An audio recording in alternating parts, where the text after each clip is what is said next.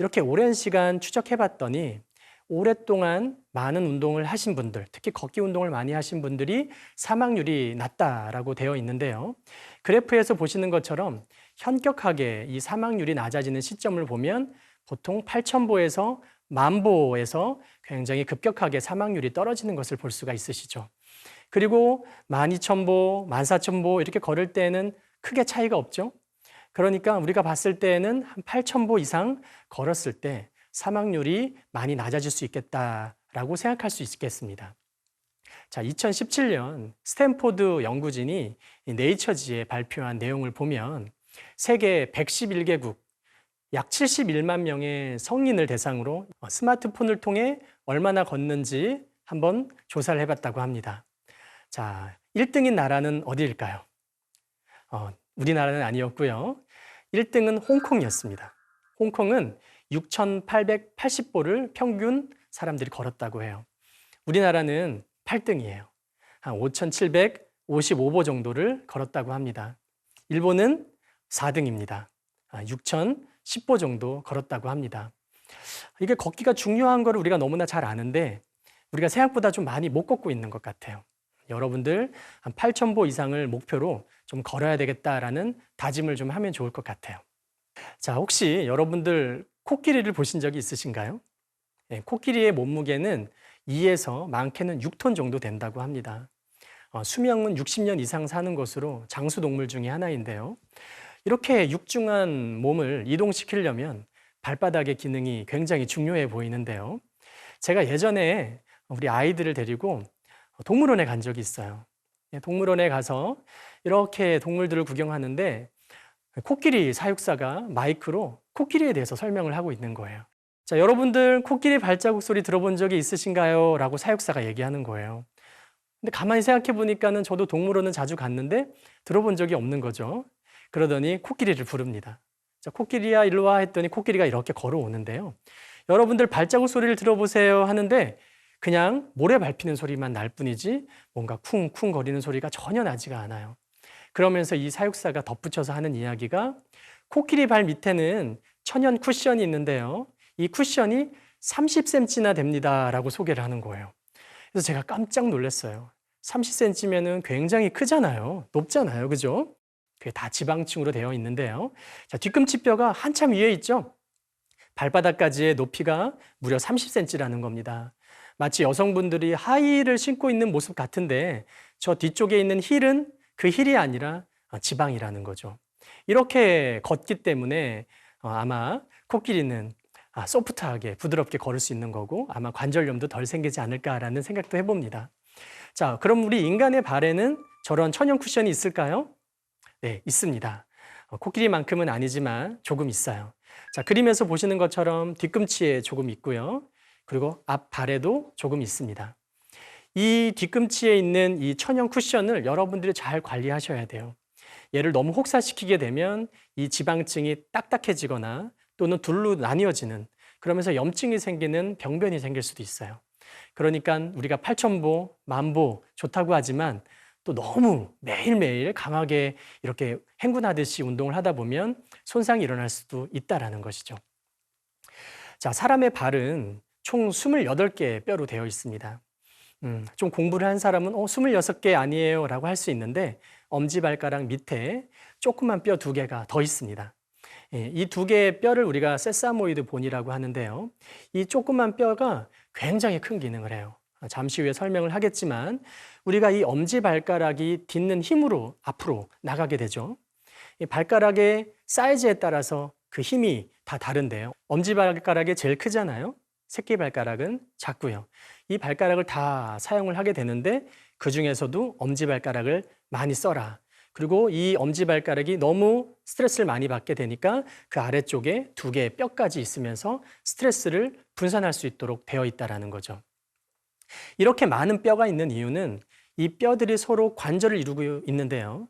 이 관절이 많으면서 우리가 울퉁불퉁한 길을 걷거나 또는 딱딱한 길을 걷다 하더라도 이 뼈의 관절들이 움직이면서 충격을 잘 흡수하고 중심도 잘 잡을 수 있도록 해주게 됩니다.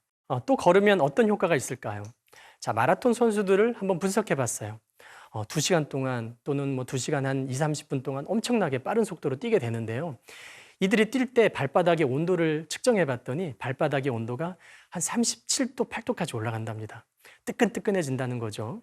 우리가 걸을 때에도 이렇게 발바닥의 체온이 조금 올라갈 수 있어요. 그럼 어떤 일이 벌어지냐면 혈액순환이 잘 되죠. 대류 현상이 일어나면서 혈액순환이 잘 되고 그러면서 얼굴도 벌게지고 손발도 혈액순환이 잘 되면서 따뜻해지는 효과가 있게 되는 거죠. 자, 걷더라도 잘 걸어야 돼요. 어떻게 하면 잘 걸을 수 있을까요? 자, 잘 걷기 위해서는 일단 자세가 중요해요.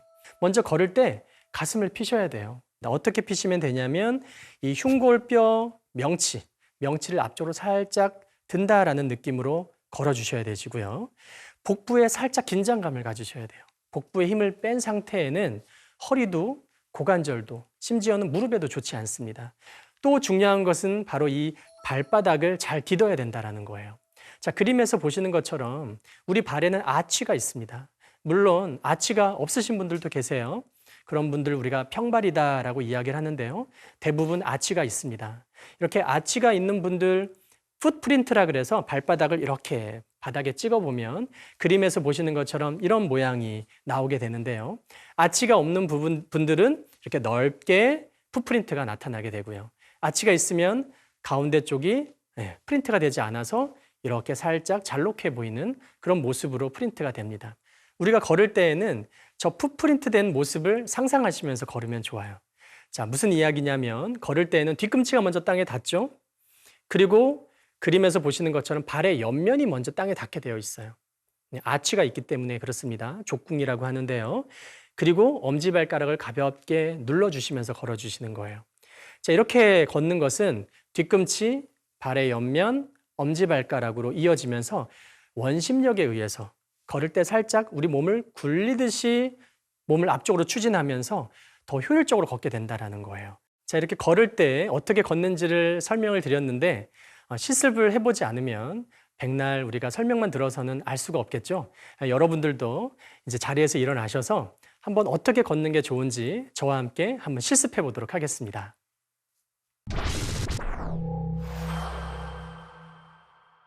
오늘도 동작을 시연해 줄 필라테스 이상경 선생님을 소개합니다. 어떻게 하면 제대로 걸을 수 있는지 알려드리도록 하겠습니다. 자, 양손을 이렇게 옆구리에다가 올려주시고요. 한 발을 편안하게 앞에다가 이렇게 내딛어 볼게요. 네. 자, 걸을 때에는 제가 앞에서 말씀을 드린 것처럼 뒤꿈치가 먼저 땅에 닿아야 된다고 말씀드렸고요. 그 다음에 천천히 발을 내려놓을 때에는 아치로 인해서 발의 바깥면이 닿는다고 말씀드렸고요. 그리고 엄지발가락 쪽으로 체중 이동이 일어난 다음에 다시 다른 새끼발가락까지 체중 분산이 일어나게 됩니다. 이렇게 약간 걷게 되는 현상이 일어나는데요. 이게 말씀드린 원심력입니다. 이렇게 걸어주셔야지 많이 걸어도 피곤하지가 않고 더 효율적으로 걷게 되는 거죠. 어떻게 여러분들이 집에서 실습을 하실 수 있냐면 먼저 뒤꿈치를 땅에다 한번 내려놔 보세요. 자, 이렇게 뒤꿈치만 땅에 닿는 거예요. 발목을 돌리지 마시고 그대로 발을 내려놓을 때 발가락을 다 들어 올리시고 발을 내려놔 보세요. 이렇게. 자, 발가락을 든 상태에서 발을 내리게 되면 발바닥의 바깥면이 닿는 것을 느끼실 거예요. 자, 그 다음에 살짝 앞쪽으로 체중을 이동을 하면서 엄지발가락을 지그시 눌러주세요.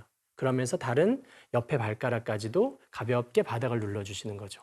힘을 빼시고요. 그래서 평발이거나 아니면 걷는 자세가 잘못되신 분들은 이렇게 뒤꿈치 그리고 바로 엄지발가락으로 이어지는 체중 이동이 일어나게 돼요. 자, 그렇게 하시면 안 되고요. 다시 볼게요. 뒤꿈치, 발의 옆면이 닿는 걸 느끼면서 엄지발가락을 눌러주세요. 그래서 전체적으로 힘의 방향이 이렇게 약간 원형을 이루도록 그렇게 해주시면 되세요. 자, 이렇게 하시는 동작이 좀 굉장히 어색하고 잘 안 되실 수 있는데, 자, 이거를 너무 의식하지 않으셔도 되시고요. 걸을 때 발의 모양이, 발의 움직임이 이렇게 일어나는구나라는 것을 인지해 주시는 게 중요하고요. 몇 번 연습하시고 걷다가도 가끔 생각날 때 이렇게 걸어야지 하면서 좀 걷기를 연습해 보시다 보면 어느 순간 자연스럽게 걷게 되실 거예요. 자, 이제 다음은 걸을 때 바른 자세를 만들기 위한 운동을 해볼 텐데요. 자, 엎드려서 한번 자세를 취해 보도록 하겠습니다. 자, 완전히 엎드리신 상태에서 팔꿈치를 세워서 자, 이렇게 정면을 바라보도록 할게요. 중요한 게 이 흉추, 등의 신전이 중요한데요. 이러한 상태로 여러분들이 조금 오랜 시간을 가져주시는 게 좋아요. 그래서 저도 등이 굽거나 자세가 좋지 않은 분들에게 집에서 이런 자세로 한 3분에서 많게는 5분 정도 있게 합니다. 근데 이렇게 있다 보면 어깨도 아프고 팔꿈치도 아플 수 있잖아요. 그런 분들은 가슴 아래쪽에 부드러운 쿠션을 대고 이렇게 있게끔 합니다. 자, 이때 또 중요한 것이 호흡인데요. 다시 숨을 들여 마셨을 때는 편안하게 있다가 후 하면서 약간 명치를 앞으로 내밀어 주세요. 몸을 좀 더 세운다라는 느낌. 다시 숨을 들여 마셨다가 후 내쉬면서 가볍게 명치를 앞쪽으로 이렇게 밀어주시는 것을 반복해 주시면 돼요. 그러면은 이렇게 등이 굽으신 분들이 천천히 펴지시게 되시고요. 이런 스트레칭으로 인해서 걸을 때 자세도 좋아지게 됩니다. 네, 다음 동작은 이 고관절, 힙 쪽 스트레칭을 해볼 텐데요. 우리가 많이 걷게 되면 발목이라든지 무릎이 주로 아프긴 하지만 또 오랫동안 걸으셨던 분들 이야기를 들어보면 고관절 쪽이 불편하다고 하시는 분들도 많이 계십니다. 이 고관절 쪽에는 워낙에 많은 근육이 있기 때문에 잘 아프지는 않지만 그래도 미리미리 예방하시는 게 좋고요. 이 힙 스트레칭을 하시게 되시면 걷는 자세도 좋아집니다. 자, 힙 스트레칭 한번 보여드리도록 할게요. 자, 이렇게 한쪽 무릎을 구부린 상태에서 반대쪽 다리는 쭉 한번 펴볼까요? 자, 이렇게 자세를 취해주시는 거예요. 그리고 팔꿈치는 땅에다 대주시고요. 자, 이렇게 해주시게 되면 고관절, 힙 쪽이 많이 당기는 걸 느낄 수 있습니다. 자, 이렇게 10초간 있어주시면 되시는데요. 저희는 한번 5초만 있어 보도록 할게요. 하나, 둘, 셋, 넷, 다섯. 네, 좋아요. 자, 반대쪽 동작 해보도록 할게요. 자, 무릎을 구부린 상태에서 반대쪽 다리는 쭉 펴시고요. 팔꿈치로 몸을 잘 지지하시고 그대로 호흡하시면서 잠시 계셔주세요. 하나, 둘, 셋, 넷, 다섯. 네, 좋아요. 저희는 5초만 했지만 여러분들은 10에서 한 15초 정도 해주시고요.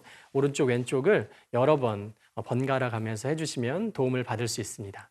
다음 동작은 무릎을 꿇으실 건데요. 한번 무릎을 꿇어 보실까요? 무릎을 꿇고 앉게 되면 허벅지 앞쪽도 스트레칭이 되면서 무릎 관절에도 좋습니다. 무릎을 구부리면 무릎 관절에 좋지 않다라는 혹시 고정관념을 갖고 계시다면 그렇지 않아요. 이렇게 몇십 분 또는 뭐 몇 시간씩 앉아 있으면 당연히 문제가 되겠지만 운동 삼아 스트레칭 삼아서 하는 것은 전혀 문제가 되지 않아요. 여기서 조금 더 스트레칭을 하실 수 있는데요. 양손을 몸 뒤쪽, 힙 뒤쪽에다가 이렇게 놓고요. 자, 팔꿈치를 가볍게 구부리시게 되시면 허벅지 앞쪽이 당기는 게 느껴지실 수 있어요. 이렇게 10초, 15초 허벅지 앞쪽을 스트레칭 해주시고요. 나는 조금 더 할 수 있다 하시는 분들은 팔꿈치를 땅에다 댑니다. 팔꿈치를 땅에다 대시고 고개는 살짝 숙이시고 허벅지 앞쪽이 당기도록 해주시는 거예요. 이 상태에서 또 10초 정도 머물러 있으시면 허벅지 앞쪽이 스트레칭이 됩니다. 자, 천천히 일어나 주시고요. 자, 이제 다음 동작은 여러분들 많이 걷다 보면 족저근막염 또 발바닥 통증이 많이 있으실 텐데요. 이 족저근, 발바닥 근육을 스트레칭 해보도록 할게요. 자, 일어서 주시고요. 자, 이렇게 한 발을 앞으로 내딛은 상태에서 모든 발가락을 들어 올리게 되면 이 안쪽에 있는 아치가 이렇게 살아나는 것을 그리고 안쪽이 조금 당기는 듯한 느낌을 여러분들이 느낄 수 있어요. 자, 힘 뺐다가요. 자, 이것도 저희가 한 2번 정도 반복해 주실 텐데 여러분들은 한 번 하실 때 5번에서 10번 정도 해주세요. 자, 한번 스트레칭 할 때는 최소한 3초에서 5초 정도 있어주면 좋습니다. 자, 이렇게 족궁, 아치를 스트레칭 해주시게 되시면 족저근막염도 예방하실 수 있고 이미 발바닥이 아프신 분들에게도 도움이 됩니다. 다음으로 또 이 발바닥에 대해서 조금 더 이야기를 해드릴 텐데요. 이미 좀 발바닥이 아프거나 아니면 한 번에 걸으실 때 몇 시간씩 걸으시는 분들은 운동 후에 이 얼음 마사지를 해주시는 게 좋은데요. 자, 이 캔을 차갑게 해주시는 거예요. 얼렸을 때는 얘가 캔이 변형될 수 있으니까 조심해 주시고요. 차가운 이 캔을 이용을 해서 발바닥 마사지를 해주시는 거예요. 한번 움직여 볼까요? 하나, 둘. 자, 이렇게 해주시면 되시는데 족저근막염은 주로 어디서 많이 발생하냐면 뒤꿈치 부위에서 많이 발생을 해요. 그래서 여러분들이 뒤꿈치 부위에서 한번 체중을 꾹 실어주면서 깊은 마사지를 해주시고요. 또다시 앞뒤로 왔다 갔다 움직이다가 또다시 뒤꿈치 부분을 꾹 눌러주시는 거죠. 그 뒤꿈치에 지방층이 있다 그랬죠? 그 지방층 더 안쪽으로 이 냉기가 전달될 수 있도록 잠깐 머물러 주시는 거예요. 이 얼음캔을 20분 정도 천천히 마사지 해주시면 도움을 받을 수 있습니다. 좋아요. 자, 마지막으로는 이 족저근 마사지를 하는 거를 좀 알려드릴 텐데요. 자리에 앉아주시고요. 이 족저근이 이렇게 해서 발가락 쪽으로 연결이 되는데요. 이 뒤꿈치 부위를 여러분들의 엄지손가락의 손톱을 이용을 해서 눌러주시면 좋아요. 자, 누르실 때에는 그냥 누르시는 게 아니라 방금 스트레칭 한 것처럼 발가락을 이렇게 들어 올리시고요. 자, 발가락을 들어 올리시면은 이 족저근이 이렇게 단단하게 솟아나 있는 것을 여러분들이 느낄 수 있을 거예요. 자, 그러면 그 부분의 시작점, 뒤꿈치 부분이죠? 이 부분을 한번 엄지손가락으로 한번 눌러볼게요. 꾹꾹. 자, 이렇게. 좋아요. 누르시다 보면은 좀 단단한 띠 같은 게 잡히기도 하고요. 또 그 부분을 누르다 보면 유난히 아픈 곳이 있을 수도 있어요. 그 부분은 이미 피로하거나 또는 약간의 손상이 있는 부분일 수 있어요. 그 부분을 자극하게 되면 혈액순환이 잘 되고 그러면서 다시 원래대로 좋아지려고 하는 그런 힘이 생길 수 있거든요. 마사지 할 때는 한 2, 3분 정도 가능하면 약간 아프게 그리고 강하게 마사지를 해주시는 것이 이 마사지의 포인트입니다. 한번 집에서 해보시길 바랍니다. 오늘 따라 하셨던 이런 스트레칭과 운동을 통해서 좋은 자세로 건강에 좋은 걷기 운동 많이 해주시길 바랍니다. 이성경 선생님 수고 많으셨습니다. 네, 제가 오늘로써 12강의를 모두 마쳤는데요.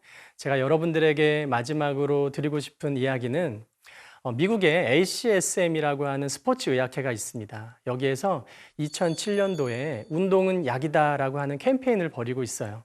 그만큼 이 운동이 중요하다라는 이야기인데요. 여러분들도 이 중요한 운동을 열심히 하셔서 늘 건강하시고 행복하시기 바랍니다. 지금까지 시청해 주셔서 감사드립니다.